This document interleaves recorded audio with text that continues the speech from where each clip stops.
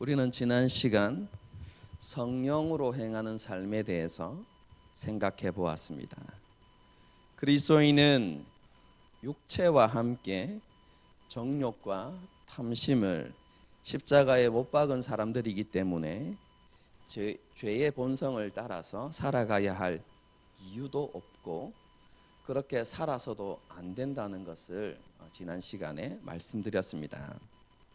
그리스도인은 죄가 아닌 성령님의 다스림 아래 있는 사람들이기 때문에 성령님의 감동하심과 인도하심을 따라서 살아가야 한다는 것이지요. 성령으로 행하는 사람은 헛된 영광으로 인해서 경쟁하고 시기하고 질투하는 삶을 살아가는 것이 아니라 서로의 짐을 함께 지고 사랑으로 종노릇하는 삶을 살아가야 합니다. 이 땅에서 그리스도인의 삶은 그죠? 마지막 날에 하나님 앞에서 정확하게 평가될 것입니다. 그리스도인은 그 하나님 앞에서 자신이 어떠한 삶을 살았든지 그 삶에 대하여서 책임을 져야 합니다. 우리가 하나님께 판단을 받는 기준은요, 각자에게 주신 삶과 사명에 얼마나 충성되었는가, 그것에 따라서 우리의 삶이 평가될 것입니다. 갈라디아서에서 이렇게 표현하고 있는 대로 말씀을 드리면 우리의 삶의 열매에 따라서 우리가 하나님 앞에 평가받게 됩니다. 우리가 육체의 소욕을 따라서 살아가는 삶으로 인해서 그런 육체의 열매를 맺었는가, 아니면 성령을 따르는 삶을 통하여서 성령의 열매를 맺었는가, 그 열매에 따라서 우리의 삶이 평가되어진다고 성경은 분명히 말씀하고 있습니다. 그러므로 그리스도인은요, 마지막 날 하나님 앞에 서게 될 그날을 기억하고 또 바라보면서 성령님을 따르는 삶을 살아야 하고 또 그것을 통해서 성령의 열매를 맺는 삶을 살아가야 한다. 이것이 지난 시간에 우리가 살펴보았던 교훈입니다. 사도 바울은요, 공동체로 부르심을 받은 그리스도인이 서로 짐을 지는 협력의 관계를 이루어야 한다는 것과 그리스도인은 각자의 삶에서 그리고 각자에게 주어진 사명에 충성해야 된다는 것을 말씀한 이후에 교회의 영적 지도자와 성도의 관계를 언급합니다. 특별히 교회의 영적 지도자를 향한 성도의 의무가 무엇인지에 대해서 말씀합니다. 그것이 6절의 말씀입니다. 가르침을 받는 자는 말씀을 가르치는 자와 모든 좋은 것을 함께 하라. 그죠? 여기에서 가르침을 받는 자는 그죠? 복음의 진리와 제자도에 대해서 배우는 모든 성도들을 가리키는 표현이겠죠. 가르치는 자, 이것은 그 당시에 말씀을 가르치는 교사, 오늘날로 이야기하면 말씀을 가르치는 전임 사역자, 목회자나 선교사, 또 자비량으로 사역하는 간사와 같은 그런 사람들을 가리키는 것이죠. 여러분, 그리고 모든 좋은 것, 이것은요, 음식과 거처, 돈과 같은 물질적인 모든 면을 가리키는 표현입니다. 그러므로 6절은요, 갈라디아 교회 성도들이 교회에서 말씀을 가르치는 사역자들에게 그렇죠? 사역자들의 생계의 문제를 책임져야 한다는 것을 이야기하는 것이죠. 그런데 마지막 동사인 함께하다 이 단어는요, 그렇죠? 나누다 혹은 교제하다라는 의미입니다.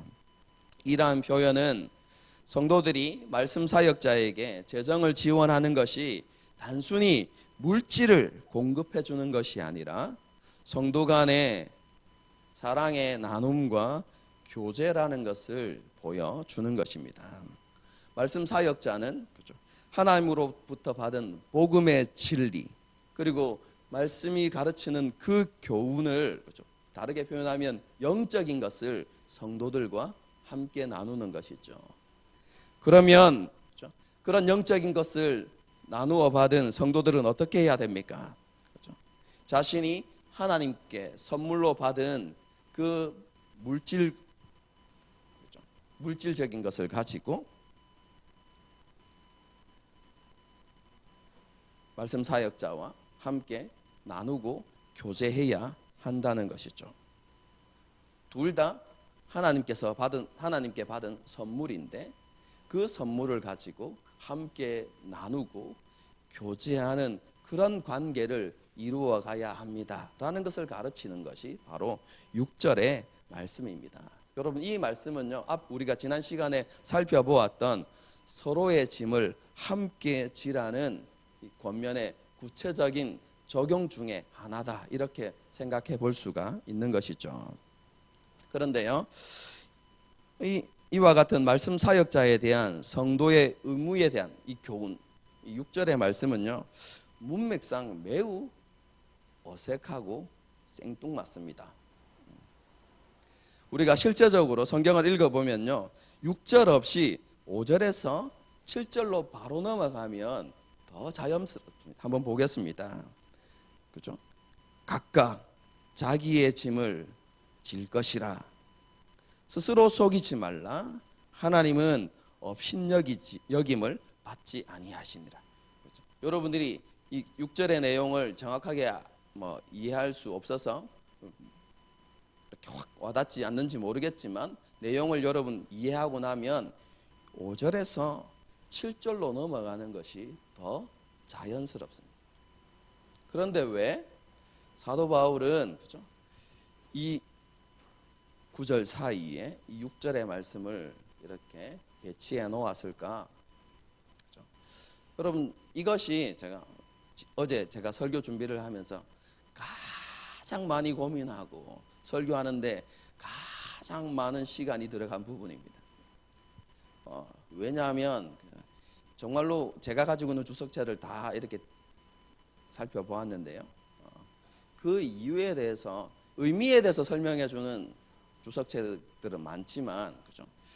왜 이 사이에 끼어 두었는가에 대해서 말해주는 책은 주석책은 하나도 없더라고요.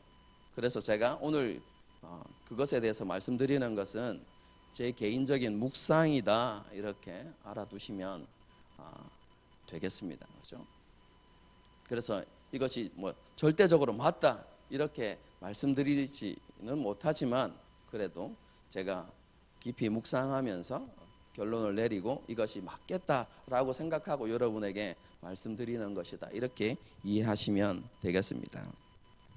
사도 바울이 조금 어색해 보이는 6절의 말씀을 이곳에 기록한 이유는요, 모든 그리스도인은 성령을 위하여서 심고 성령의 열매를 맺는 삶을 살아가야 하는데, 그것에 있어서 말씀 사역자의 역할이 너무나 중요하다는 사실을 상기시키기 위해서 이 말씀을 여기에 기록했다, 이렇게 볼 수 있겠습니다. 여러분, 갈라디아 교회 성도들의 상황을 한번 생각해 봅시다. 그들이 지금 어떻게 되었습니까? 거짓 교사의 미혹에 넘어가서 가짜 복음을 따르는 그런 삶을 살아가고 있습니다. 여러분, 그렇게 되어진 이유가 무엇입니까? 그것은요, 그들이 하나님의 말씀에 대해서 무지했기 때문에 그렇습니다. 하나님의 말씀을 제대로 이해하지 못했고, 그리고 하나님의 뜻이 무엇인지 분명하게 여러분 그들이 알지 못했던 것이죠. 여러분, 그래서 그들이 거짓 교사들이 가르치는 교훈을 분별해내지 못했던 것입니다. 그래서 잘못된 미혹의 길로 걸어가게 된 것이죠. 여러분, 성도들에게 있어서 그렇죠? 성도들이 이런 거짓된 교훈, 잘못된 복음, 그렇죠? 가짜 진리를, 그렇죠? 이런 가짜 진리와 같은 이런 것에 미혹되지 않을 수 있는, 그렇죠?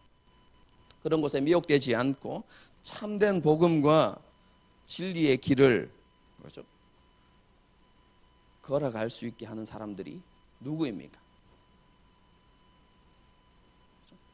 그들에게 참된 복음을 가르치고 말씀에 담겨 있는 하나님의 뜻이 무엇인지 분명하게 가르쳐서 그들이 그릇된 길로 가지 않도록 그들을 보호해주고 인도하는 사람들이 누구입니까? 사도 바울은 그들이 바로 말씀 사역자다. 하나님께서 교회에게 주신 그 말씀 사역자다라는 것을 말씀하고 있는 것이죠.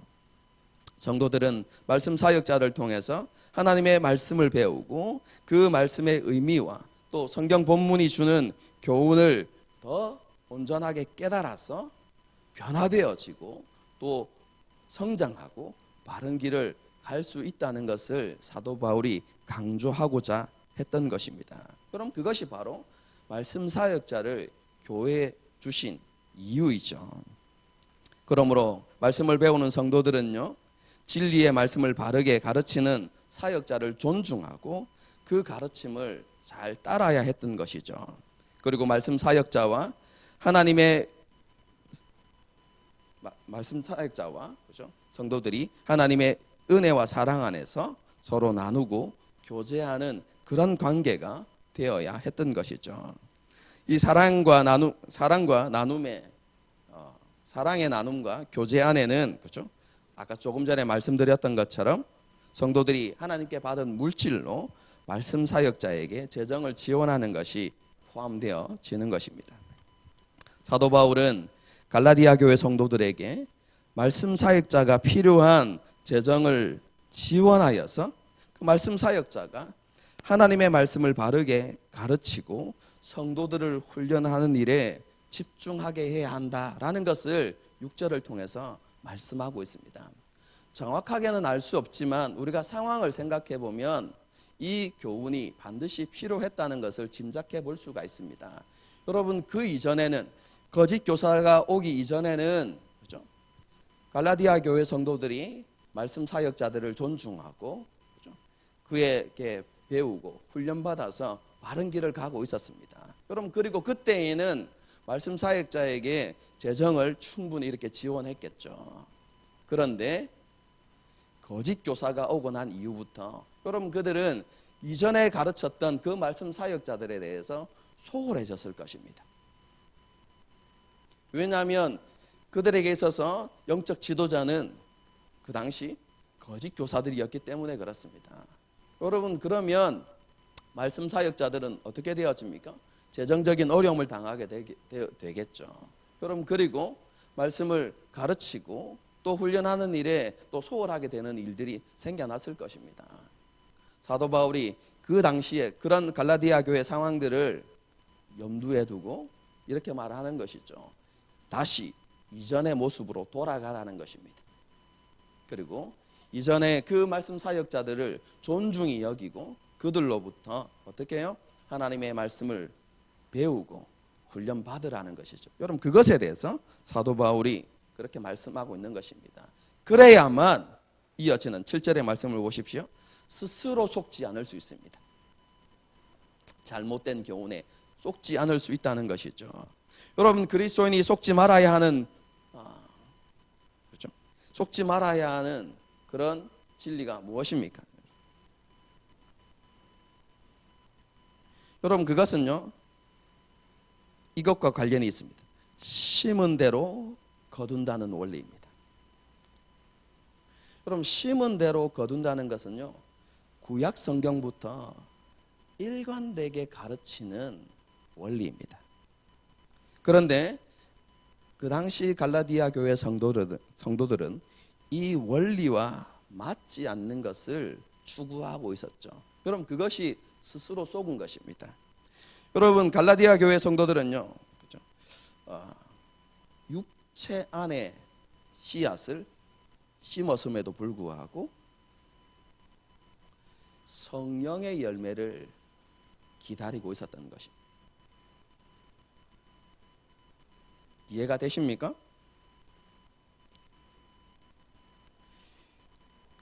육체 안에 씨를 뿌리면 육체의 열매를 거두는 것이 지극히 당연한 일인데 갈라디아 교회 성도들은 거짓 교사들의 미혹에 빠짐을 받아서 육체 안에 씨를 뿌리고 있음에도 불구하고 그들은 스스로 이렇게 믿었던 것이죠. 우리는 성령의 열매를 맺을 수 있다 라고 그렇게 확신하고 그것을 믿었던 것입니다. 이것을 갈라디아서의 내용을 가지고 자세하게 설명하면 이렇습니다. 여러분, 그들은 육체의 할례를 받음으로 아브라함의 자손, 하나님의 아들이 될 수 있다고 믿었습니다.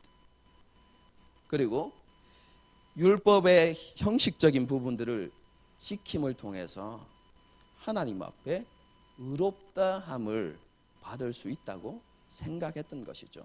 육체의 행위를 가지고 하나님의 아들이 되어지고 하나님 앞에 의롭다함을 받을 수 있다고 굳게 확신하고 있었던 것이죠. 그런데 사도 바울이 뭐라고 이야기합니까? 그것은 성경이 말하는 진리와 전혀 다르다. 너희는 육체에 씨를 뿌렸기 때문에 너희들이 원하는 대로 하나님의 아들이 되어지는 것, 그리고 아브라함의 자손이 되어지는 것, 그리고 하나님으로부터 의롭다함을 받는 그 열매를 너희는 거둘 수 없다라고 사도 바울이 분명하게 이야기하는 것입니다. 너희는 지금 뭐 하고 있다고요? 쏟고 있다는 것이죠. 이렇게 쏟아서 확신하고 있는 것은 하나님을 업신여기는 것이죠. 사도 바울이 그것을 이야기하고 있는 것입니다. 하지만 하나님은, 자신은 속을 수 있지만 하나님은 속일 수 없고 하나님은 업신여김을 받지도 않으십니다. 무슨 말씀입니까? 갈라디아 교회 성도들이 어떻게 믿고 어떻게 확신하고 있든지 간에 하나님께서 세우신 원리는 깨어지지 않고 그대로 성취된다는 것입니다. 그들이 육체 안에 씨를 뿌렸기 때문에 그들은 육체의 열매를 거두게 될 것입니다. 그 열매는 썩어지는 것이죠. 여러분, 여기에서 썩어진다라는 표현은요, 썩지 않는 부활의 영광과 반대되는 의미로 종말론적으로 이야기하면 파멸에 이른다라는 표현. 썩는다라는 것은요, 종말에 결국 파멸에 이르게 된다는 그런 의미다, 이렇게 생각하시면 되겠습니다. 그래서 사도 바울은요, 육체 안에 씨를 뿌리면 육체의 열매를 거두게 되는데 그 마지막은, 그 열매는 뭐라고요? 파멸이다, 이렇게 말씀하고 있는 것이죠.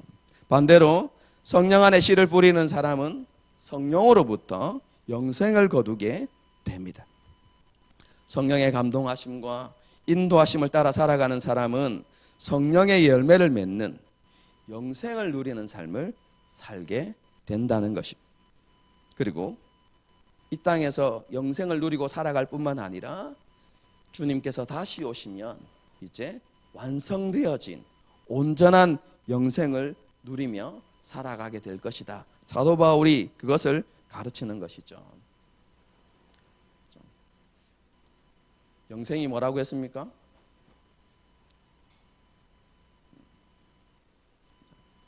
영생이 뭐라고 했습니까? 죽지 않고 영원히 사는 것, 그게 영생이 아니라고 이야기했습니다. 영생은 뭐라고요? 하나님의 백성이 되어서 하나님의 통치 안에서 살아가는 것입니다. 요한복음의 표현대로 하면 우리가 하나님과 예수 그리스도 안에 온전히 거하면서 그분의 인도하심과 그분의 보호하심을 따라서 함께 동행하는 삶을 살아가는 것, 여러분, 그것이 영생입니다. 성령을 따라서 행하는 사람은 그 영생을 누리며 살아가게 된다는 것을 말씀하고 있는 것이죠. 그리고 그 결과는 풍성한 열매를 맺는다라는 것을 말씀하고 있습니다. 모든 그리스도인들은 심는 대로 거두는 그 하나님의 원리를 벗어날 수 없다는 것이죠. 그런데요, 이렇게 성령 안에서 씨를 뿌리는 삶의 필수적인 요소가 있는데요. 그것이 무엇이냐면 인내입니다. 성령 안에서 살아가는 삶. 오늘 본문의 표현대로 하면 성령 안에 씨를 뿌리는 삶은요. 그죠? 뭐가 필요하다고요? 인내가 필요합니다. 그 삶의 열매가 맺히기까지 인내가 필요하다는 것이죠. 왜 그렇습니까? 우리가 경험해 보았듯이 우리 안에 성령의 열매가 맺히는 것은요, 오랜 세월이 걸리기 때문에 그렇습니다. 우리가 예수님을 믿었다고, 예수님을 영접했다고 그 다음날 우리에게 성령의 열매가 맺히는 것이 아니라 우리가 끊임없이 성령 안에서 살아가려고, 그렇죠?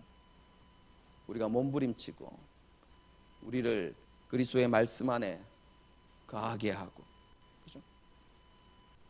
우리가 하나님의 안에 거하기를 힘쓰는 그런 삶을 살아갈 때, 그렇죠? 그리고 오랜 세월이 지나야, 그렇죠? 우리가 변화되어지고 성장되어지고 또 우리의 삶에, 그렇죠? 하나님께서 원하시는 열매가 맺히게 되는 것이죠.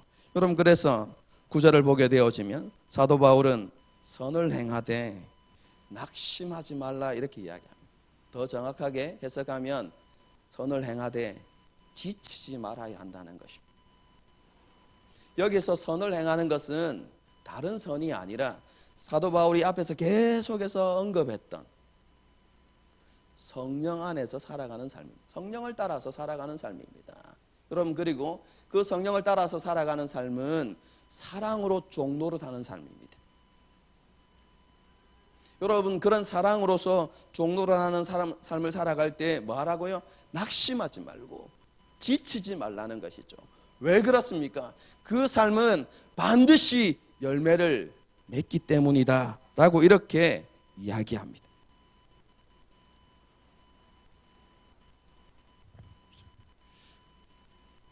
하지만 이런 삶은 결코 쉬운 것이 아닌 것 같습니다. 왜냐하면 사랑으로 종노릇하는 삶은요, 이 세상이 추구하는 삶과 정반대의 삶이기 때문에 그렇습니다. 뿐만 아니라 우리가 너무나 애착하는, 그죠? 우리 자아, 그죠?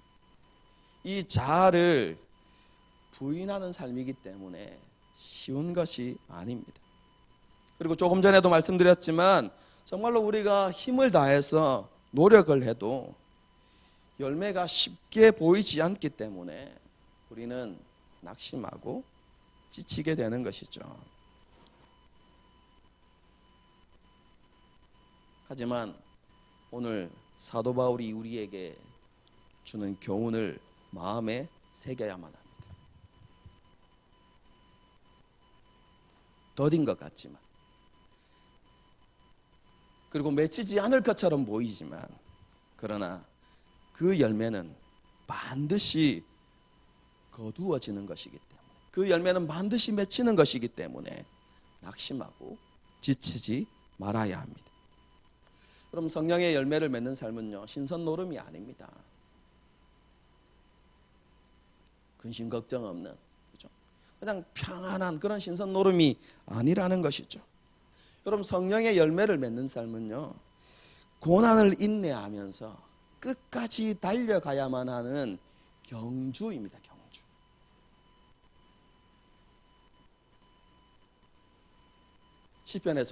시편에서도 그것을 이야기하죠. 여러분, 기쁨으로 단을 거두기 위해서 필요한 것이 무엇입니까? 그것은 울며 씨를 뿌려야 한다는 것입니다.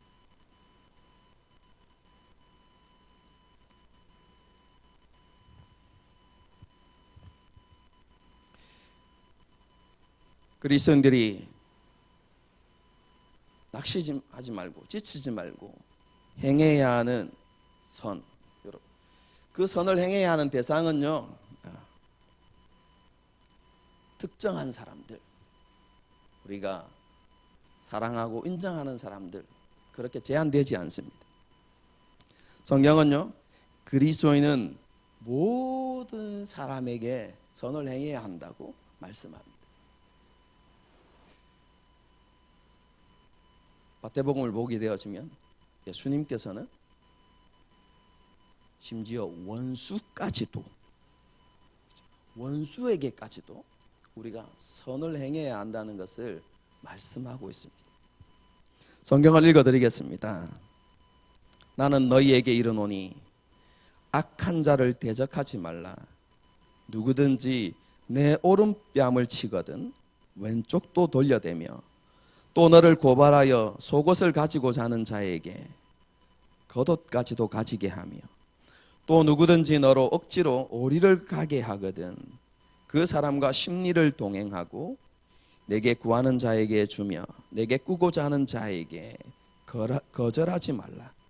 또 내 이웃을 사랑하고 내 원수를 미워하라 하였다는 것을 너희가 들었으나 나는 너희에게 이르노니 너희 원수를 사랑하며 너희를 박해하는 자를 위하여 기도하라. 이같이 한즉 하늘에 계신 너희 아버지의 아들이 되리니. 여러분, 하나님의 아들 된 우리에게 하나님께서 요구하시는 바가 무엇입니까? 여러분, 그것은 원수까지 사랑해야 한다는 것입니다. 여러분, 그것이 하나님의 아들 된 사람들에게 합당한 모습이다. 예수님께서 그것을 말씀하시고요. 오늘 본문에서 사도 바울은 그것을 이렇게 표현하죠. 우리가 선을 행해야 되는데 모든 사람에게 선을 행해야 한다라는 것을 말씀합니다. 하나님께서는 모든 사람을 긍휼히 여기시고 그들에게 은혜를 베푸십니다. 마태복음을 보게 되어지면 하나님은 그 해를, 하늘에 있는 해를 이야기하는 겁니다. 해를 악인과 선인에게 비추시며 비를 의로운 자와 불의한 자에게 내려주신다, 이렇게 표현하죠. 은혜와 긍휼을 악한 자에게도 내려주신다라고 이렇게 말씀하시면서 우리가 하나님처럼, 하나님이 그렇게 하시는 것처럼 우리도 원수까지 사랑하는 그런 삶을 살아가야 한다. 그리고 그것이 그리스도인에게 주어진 책임이고 의무다라고 그렇게 말씀하고 있는 것이죠. 그리고 한 걸음 더 나아가서 믿음의 가정들에게 더욱더 선을 행해야 한다, 이렇게 말씀합니다. 여러분, 여기서 더욱이라는 표현은요, 믿음의 가정에게 행하는 사랑과 섬김, 그리고 세상 사람들을 향하여서 우리가 해야만 하는 사랑과 섬김, 이 두 가지에 차별이 있어야 한다라는 것을 의미하지 않습니다. 여러분, 여기서 더욱이라고 이야기하는 것은 우선순위를 이야기하는 것입니다. 먼저, 그리고 즉각적으로 이루어져야 한다라는 것을 강조하는 표현입니다. 왜 그렇습니까? 우리가 그리스도 안에서 한 몸이 되었기 때문에 그렇습니다. 우리가 그리스도 안에서 한 가족이기 때문에 그렇습니다. 성도 간의 사랑과 섬김은 건강한 교회의 가장 결정적이고 중요한 표지입니다. 그리고 세상 앞에서 사랑과 섬김의 공동체로 살아가는 것은 교회에게 주어진 가장 중요한 사명 중에 하나입니다.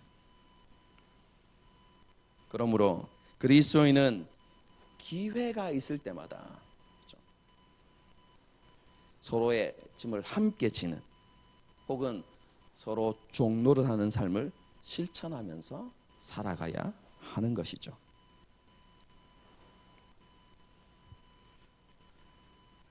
거짓 교사들의 가르침에 미혹되어서 육신 안에 씨를 뿌리는 삶을 살지 말고 성령 안에 씨를 뿌려서 성령의 열매를 거두라는 권면을 한 이후에 사도 바울은 이제 갈라디아서를 마무리하려고 합니다.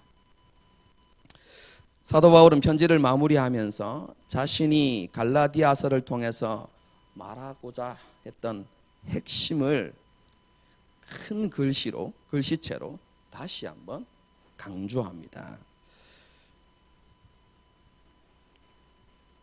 11절을 보십시오.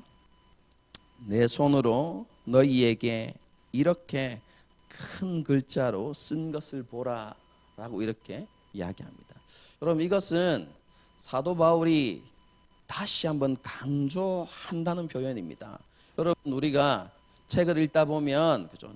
간혹 이런 책을 보게 되어집니다. 다 똑같은 폰트인데 저자가 강조하고자 하는 어떤 내용을 보게 되어지면 이게 사선으로 기울어져, 좀 굵으면서 사선으로 기울어져 있거나 글씨체가 다르거나 이런 것들을 종종 보게 되죠. 그러면 우리가 읽으면서 어떻게 생각합니까? 아, 이것은 저자가 강조하려고 하는 내용이구나 라는 것을 그죠? 우리가 알게 되죠.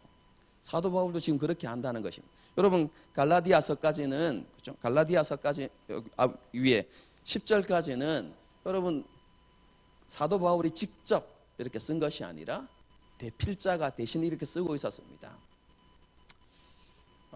사도 바울이 눈이 좋지 않았다라는 뭐 그런 것을 주장하는 사람도 있고요. 또 어떤 사람은 사도 바울의 필체가 완전히 악필이었다, 뭐 이렇게 말하는 분들도 있습니다. 그래서 대필하도록 했다 이렇게 이야기하지만요. 뭐 어쨌든 간에 이유가 무엇이든지 간에 앞에는 대필하도록 했지만 이제 마지막 부분에 사도 바울이 직접 붓을 들고 큰 글자로 자신이 말하고자 했던 핵심을 다시 한번 강조하는 것이죠. 그것이 무엇인지 살펴보도록 하겠습니다. 그럼 거짓 교사들이 갈라디아 교회 성도들에게 할례를 받게 하고 율법의 형식을 지키게 한 이유가 무엇입니까? 그것은 너희로 하여금 십자가, 예수 그리스도의 십자가로 인해서 받게 되어질 그 핍박을 피하고자 할 뿐이다. 이렇게 아주 얄팍한 술수라는 것이죠. 그뿐만 아니라 그들은 다른 사람들로부터 칭찬과 명성을 얻기 위해서 자기 자신을 자랑하는 것뿐이다. 사도 바울이 그렇게 이야기합니다. 그리고 더군다나 그들은 율법을 온전하게 지키는 것도 아니다. 그들은 할례를 강조하고 율법의 형식만을 강조할 뿐이지 율법이 진정으로 가르치는, 그리고 하나님께서 이스라엘 백성들에게 진정으로 원하시는 하나님의 백성의 삶의 원리는 지키지 않는다.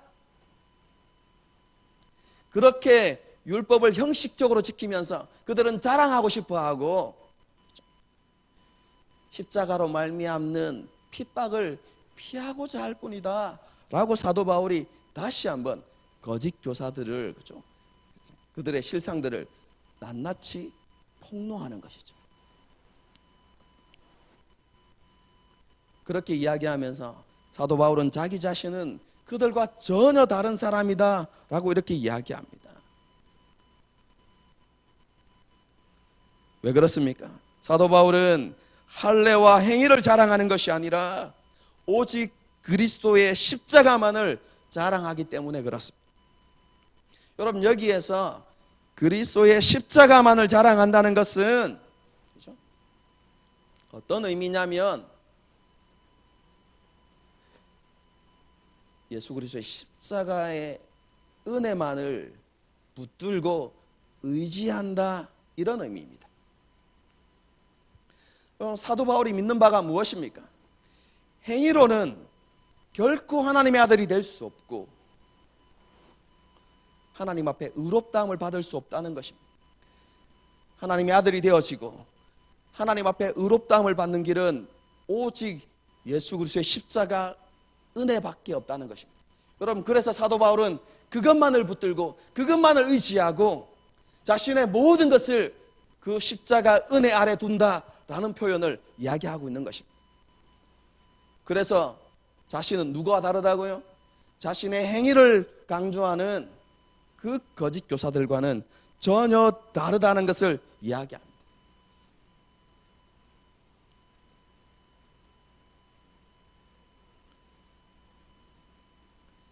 그리고 이러한 자신의 신앙 고백이 진실한 신앙 고백이라는 것을 보여주는 것이 무엇입니까? 여러분, 그것이 14절 마지막 부분에 있는 것입니다. 보겠습니다.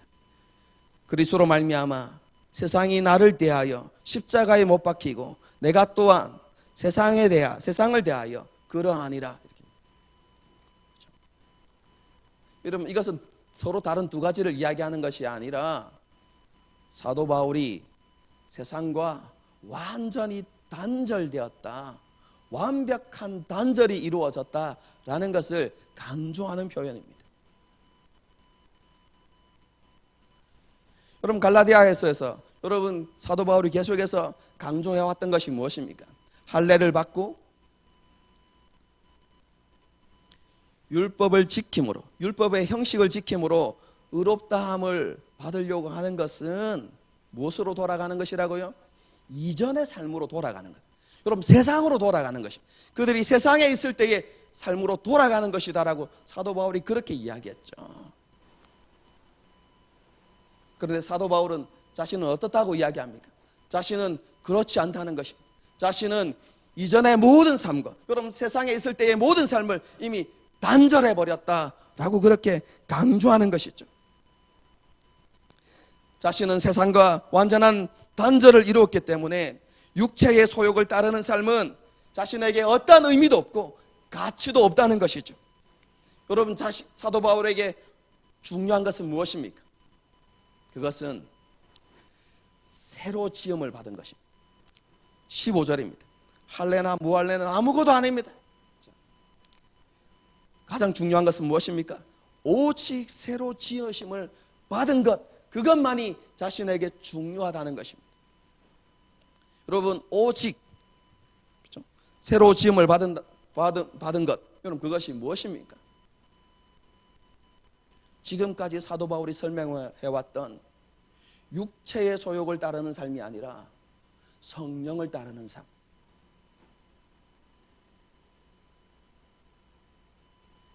그리고 성령 안에 씨를 뿌리는 삶. 여러분, 그것이 바로 새로 지음받은 사람에게 있어야만 하는 합당한 모습이고, 그것이 사도 바울에게 있어서 가장 중요하다는 것이죠.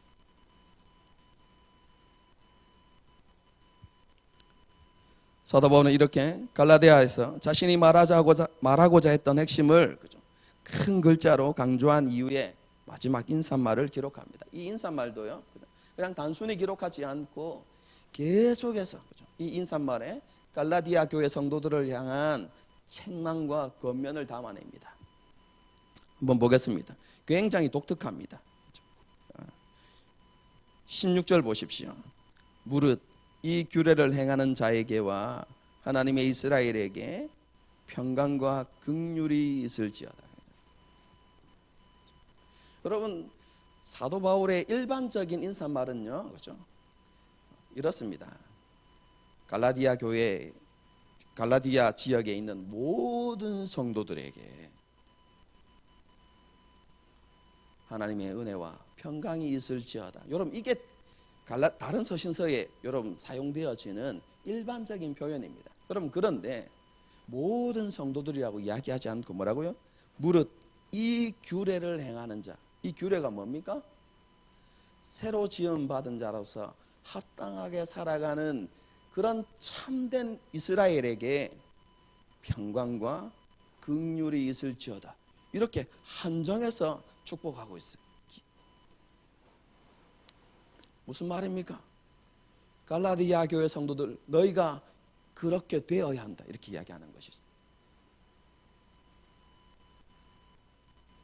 독특하죠? 그렇죠? 갈라디아 교회 성도들이 새로 지음을 받은 자로서 합당한 삶, 다르게 표현하면 성령을 따르는 그런 삶을 살아서 하나님의 은혜와 평강을 누리라는 권면이 인사말 속에 담겨 있습니다. 그러면서 또다시 한번 그렇죠? 권면을 이어갑니다. 17절 보겠습니다. 이후로는 누구든지 나를 괴롭게 하지 말라. 그렇죠?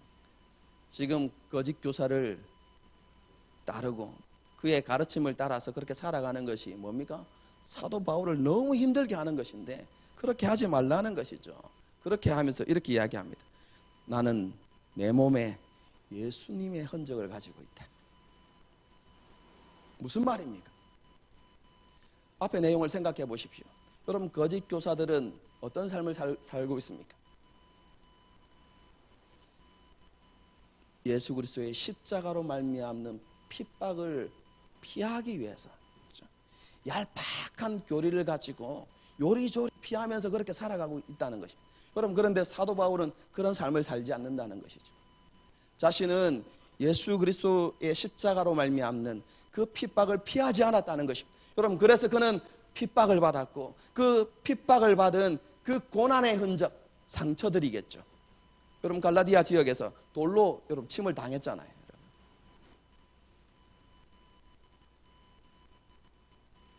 그런 십자가의 흔적을, 예수 그리스도의 흔적을 나는 가지고 있습니다.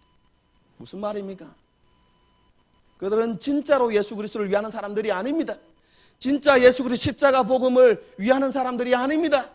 그들은 예수 그리스도께 속한 사람들이 아닙니다. 하지만 나는 예수 그리스도께 속한 사람입니다. 그 증거가 무엇입니까? 내게 있는 예수님의 흔적입니다. 예수 그리스도 십자가 때문에 받은 그 핍박의 흔적이 내가 가르치는 진리와 그 복음이 참된 것임을 증명하고 있습니다. 이렇게 이야기하는 것이죠. 그러니까 뭐 하라고요? 돌아서라는 것입니다.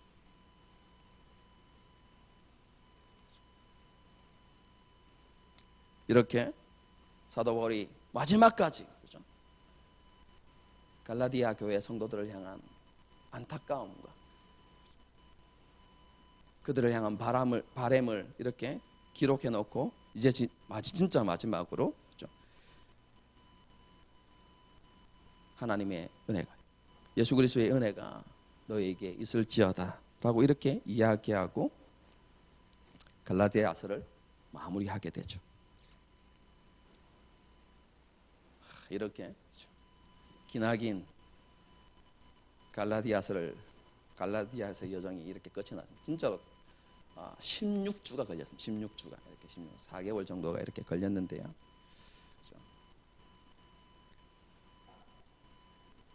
다시 한번, 그렇죠?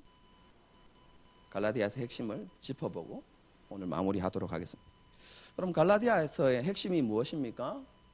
1장부터 6장까지 계속해서 사도 바울이 이렇게 자신의 진리와 가르침을 계속해서 설명하고 증명해 왔는데 갈라디아서의 핵심이 무엇이죠?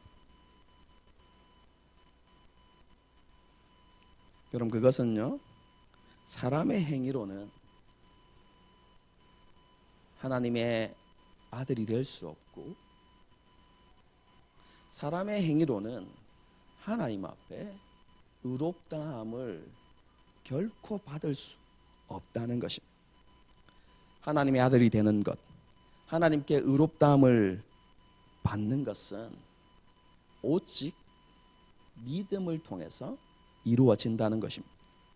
예수 그리스도의 십자가 복음을 믿는 믿음으로 말미암아 하나님의 아들이 되어지고 하나님 앞에 의롭다함을 받을 수 있다는 것입니다. 그럼 이것이 갈라디아서의 핵심입니다. 그런데요, 이러한 사도 바울의 가르침은요, 행위가 필요 없는 믿음을 이야기하는 게 아닙니다. 사도 바울은요, 하나님의 은혜로 의롭다함을 받고 하나님의 아들이 된 그리스도인에게 새로 지음받은 자로서의 삶이 반드시 필요하고 그것이 너무나 중요한 것이다 라고 그렇게 가르칩니다. 성령을 따라 행하는 삶을 통하여서 성령의 열매를 맺는 것이 합당한 것이다 라는 것을 가르치고 교훈하는 것이죠.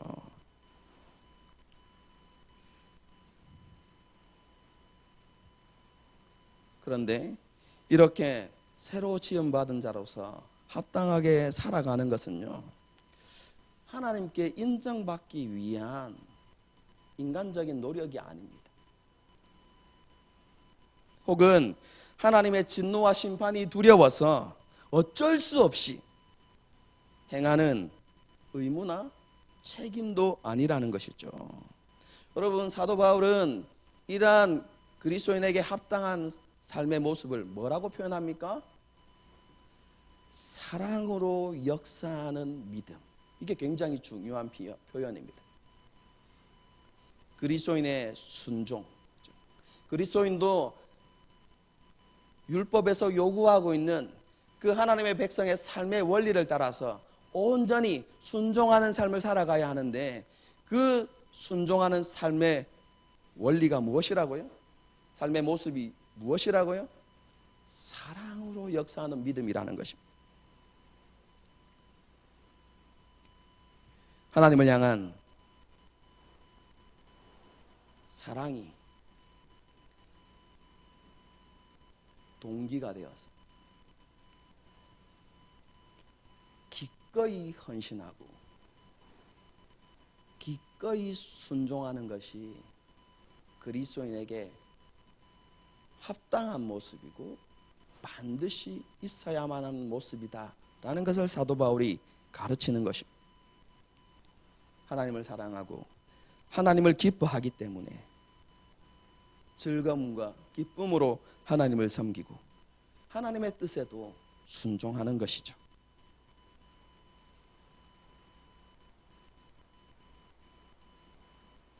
이런 삶이 어떻게 시작되었습니까? 각 사람이 예수 그리스도의 십자가 앞에 서는 그 시점으로부터 시작해서 이 삶이 시작되는 것입니다.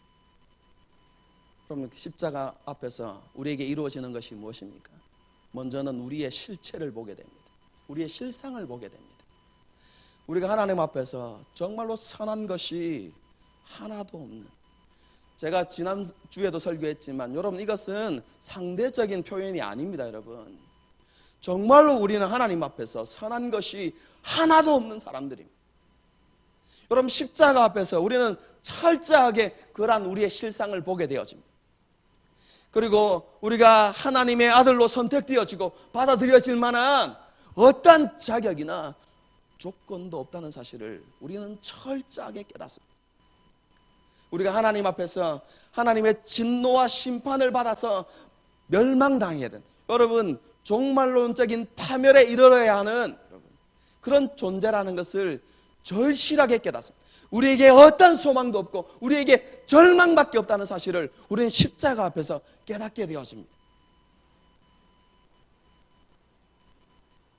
여러분, 이러한 경험이 없는 사람들은요, 십자가의 은혜에 대한 감격이 있을 수가 없습니다. 여러분,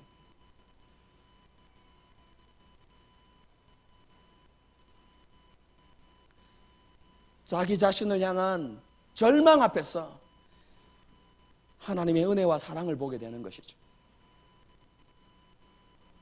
어떠한 자격도 조건이 없음에도 불구하고, 그럼에도 우리를 사랑하시고 우리에게 은혜를 베푸시는 그 하나님을 보게 되는 것이죠. 하나님과 예수 그리스도께서 우리에게 어떠한 일들을 행하셨는지를 우리가 보게 되는 것입니다. 그리고 그것을 깨닫게 되어질 때 우리 안에 감격과 감사로 가득 채워지게 되고, 그리고 로마서가 말씀하는 것처럼 성령으로 말미암아 하나님의 사랑이 우리 안에 부어지게 되는 것이죠. 우리에게 있지 않았던 하나님의 사랑이 우리 안에 채워지게 되는 것입니다. 그 하나님의 사랑이 하나님을 향한 사랑을 만들어내고 하나님만으로 만족하는 우리의 심령을 만들어내게 되는 것이죠.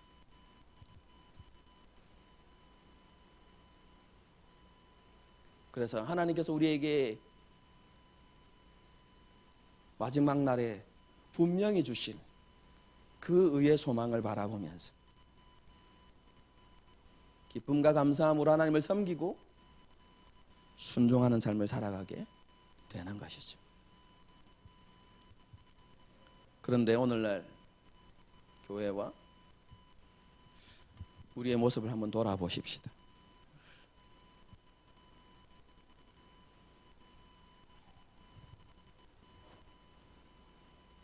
이러한 사랑과 이러한 기쁨으로 가득 차서 세상 한가운데서 믿음을 외치고 오늘 사도 바울이 말씀하고 있는 새로 지음받은 자로서의 삶을 우리가 살아가고 있습니까?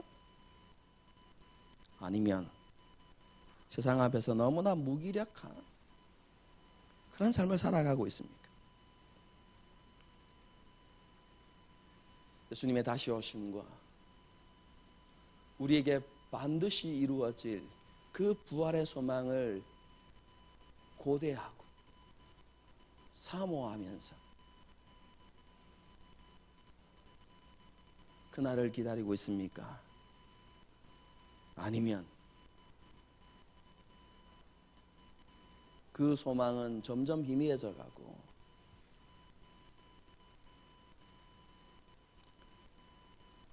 세상 속에서 세상이 유혹하는 대로, 미혹하는 대로, 세상이 떠미는 대로 세상 사람들과 구별되지 않는 그런 삶을 살아가고 있습니까? 사랑하는 성도 여러분, 우리 모두는 마지막 날 하나님 앞에 서게 될 것입니다.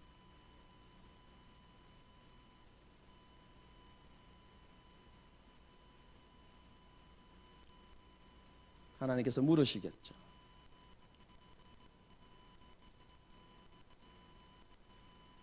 나는 너를 위해서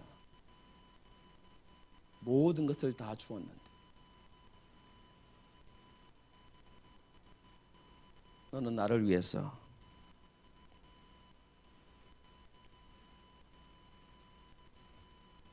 어떤 삶을 살았느냐?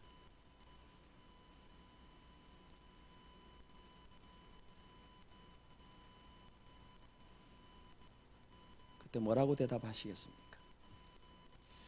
우리 모두에게 이 고백이 있었으면 좋겠습니다. 하나님, 우리에게도 그리스도의 흔적이 있습니다.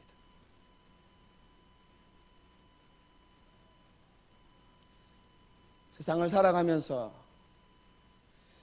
예수 그리스도의 십자가로 말미암는 그 핍박을 두려워하지도 않았고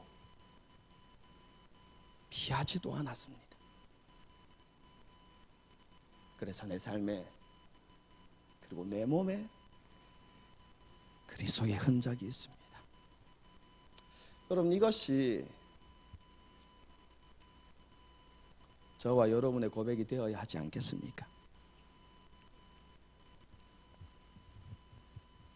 먹음직하고 보암직하고 지혜롭게 할 만큼 탐스럽게 보이지만 헛되고 헛된 세상의 유혹에 흔들리거나 미혹되지 않고 저와 여러분을 살리기 위해서 고난과 죽음의 길을 선택하신 예수 그리스도를 바라봅시다.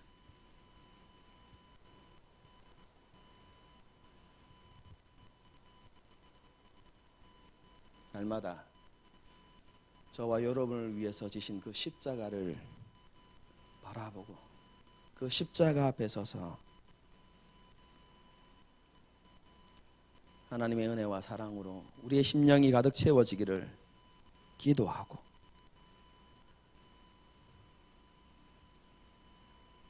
그 십자가와 은혜와 사랑으로 인해서